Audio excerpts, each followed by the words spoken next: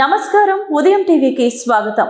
ఇవాళ రాష్ట్రంలో చూస్తా ఉంటే సొమ్ము ఒకరిది సోకు ఒకరిది అన్నట్లు ఉంది పాలన అని మాజీ ఎంపీ మార్గాని భరత్ అన్నారు.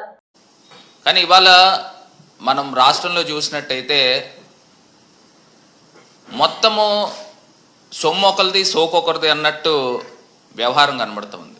అంటే తెచ్చినయేమో గతంలో జగన్మోహన్ రెడ్డి గారు ముఖ్యమంత్రిగా ఉన్నప్పుడు వారు తీసుకొచ్చినాయి. ఇప్పుడు బల్క్ డ్రగ్ ప్రాజెక్ట్ అయితే కానివ్వండి, లేకపోతే గ్రీన్ ఎనర్జీకి హైడ్రోజన్ దానికి సంబంధించి అయితే కానివ్వండి, లేకపోతే రైల్వే జోన్కి అయితే కానివ్వండి, అప్పుడు గతంలో ఇవన్నీ కూడా తీసుకుని వచ్చినాయే. ఇప్పుడు ప్రత్యేకించి కొత్తగా ఏం తీసుకుని వస్తున్నారు అనేది మా ప్రశ్న. ఇప్పుడు ప్రధానమంత్రి గారు వస్తున్నారు, ఇప్పుడు అక్కడ కొన్ని వేల కోట్ల రూపాయలు విలువ చేసే స్టీల్ ప్లాంట్ ఉంది, అది ప్రైవేటైజ్ చేస్తూ ఉన్నారు. దాని మీద ఏదన్నా మీరు హామీ ఇప్పించగలుగుతున్నారా అని అడుగుతున్నాము. అది ప్రైవేటైజ్ చేయట్లేదు, దాన్ని యాజ్ ఇట్ ఈజ్ ఉంచుతాము. ఇప్పుడు మొన్న బడ్జెట్లో కర్ణాటకకి ఒక 15,000 కోట్ల రూపాయలు ఇండస్ట్రీకి సంబంధించి చేయూతనిచ్చారు. అట్లా స్టీల్ ప్లాంట్కి మీరు అడిషనల్గా ఏదన్నా ఒక 10,000 కోట్లు ఎంతో అనౌన్స్ చేయిస్తే అక్కడ వేల సంఖ్యలో డైరెక్ట్గా ఇండైరెక్ట్గా లక్షల సంఖ్యలో బతుకుతా ఉన్న కార్మికులకు కానీ, లేకపోతే వివిధ ఇండస్ట్రీస్కి సంబంధించి కానీ, యాన్సిలరీ ఇండస్ట్రీస్ కానీ, వీళ్ళందరూ కూడా వేల సంఖ్యలో బాగుపడతారు కదా. దానికి సంబంధించి ఏదన్నా తీసుకొస్తున్నారంటే అదేం కనబడట్లా. ఇవాళ నేను క్లియర్గా చెప్తా ఉన్నా, ఇప్పుడు గతంలో కూడా ఈ ఎన్టీపీసీ ద్వారా గతంలో గ్రీన్ ఎనర్జీ ప్రాజెక్ట్కి అప్పుడున్న సిఎస్ గారు జవహర్ రెడ్డి గారు మరి అక్కడ ఎంఓయూలు కూడా ఎక్స్చేంజ్ చేసుకోవడం జరిగింది. అదేవిధంగా మనకి బల్క్ డ్రగ్ ప్రాజెక్ట్స్కి వచ్చేసరికి 17 రాష్ట్రాలతో పోటీ పడి ఆంధ్రప్రదేశ్ రాష్ట్రము మరి అప్పుడు జగన్మోహన్ రెడ్డి గారి నాయకత్వంలో సాధించడం జరిగింది. సో ఇవన్నీ కూడా జీవోల రూపేణా మీకు అందరికీ కూడా అందించడం జరుగుతుంది. ఇప్పుడు కొత్తగా ఇండస్ట్రీల గురించి మీరు ఏం తీసుకుని వస్తున్నారు అని అంటే అదొక ప్రశ్నార్థకం. నిన్న లోకేష్ గారు కూడా ఏవో మాట్లాడుతూ ఉన్నారు, ఏదో బాండ్ పేపర్ల మీద ఇండస్ట్రీలు వాళ్ళు రాసి ఇవ్వాలి, రాసిస్తే అప్పుడు మేము వచ్చి పెట్టుబడులు పెడతాం. ఎంత మరి తెలివి తక్కువగా మాట్లాడుతున్నారో నాకైతే అర్థం కావట్లా. మనం ప్రజాస్వామ్యంలోనే ఉన్నాం కదా.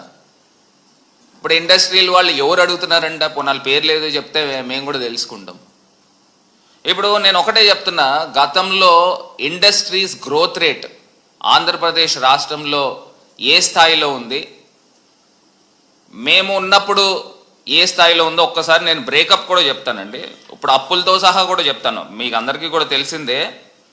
యాజ్ పర్ బడ్జెట్లో ప్రజెంట్ చేసిన దాని ప్రకారంగా చూస్తే చంద్రబాబు నాయుడు గారి హయాంలో సుమారుగా 3,13,000 కోట్ల రూపాయలు అంటే 19.54% మీరు అప్పులు చేస్తే, మేము గవర్నమెంట్ దిగిపోయిన నాటికి దాన్ని సుమారుగా 6,46,000 crores కిందన అది ఎగబాకింది. వాళ్ళ హయాంలో 19.54% అప్పులు చేస్తే జగన్మోహన్ రెడ్డి గారి హయాంలో 15% అప్పులు ఉన్నాయి. ఇవేం మేము చెప్పిన లెక్కలేం కాదండి, ఇవి బడ్జెట్లోంచి తీసుకున్న లెక్కలు. సరే, ఇది పక్కన పెడితే ఇంకొకటి గ్రాస్ వాల్యూ ఎడిషన్ కిందన ఇండస్ట్రీస్కి సంబంధించి ఏ స్థాయిలో చంద్రబాబు నాయుడు గారి టైంలో ఏ స్థాయిలో గ్రోత్ పెరిగింది, మా టైంలో ఏ స్థాయిలో పెరిగిందని అంటే, చంద్రబాబు నాయుడు గారు 2019 దిగిపోయే టైంకి 11.92% ఉంటే, జగన్మోహన్ రెడ్డి గారు దిగే టైంకి 12.61% ఉంది. ఇది గ్రోత్ పెరిగింది ఇండస్ట్రీస్కి సంబంధించి. ఇవి కూడా గవర్నమెంట్ ఆఫ్ ఇండియా లెక్కల ప్రకారంగానే మేము తీసుకున్నవి, ఇవేమి మా సొంత డబ్బాలేం కాదు. సో దీంతో పాటు మనం ఇంకొకటి జీడిపి కూడా చూద్దాం. Per capital GDP components and per capital income ప్రకారంగా కంపారిజన్ కూడా చూద్దాం. ఇప్పుడు per capital income Chandrababu Naidu గారు దిగిపోయే టైంకి 2018-19 టైంకి ఆంధ్రప్రదేశ్లో 1,54,000 రూపాయలు ప్రతి సగటు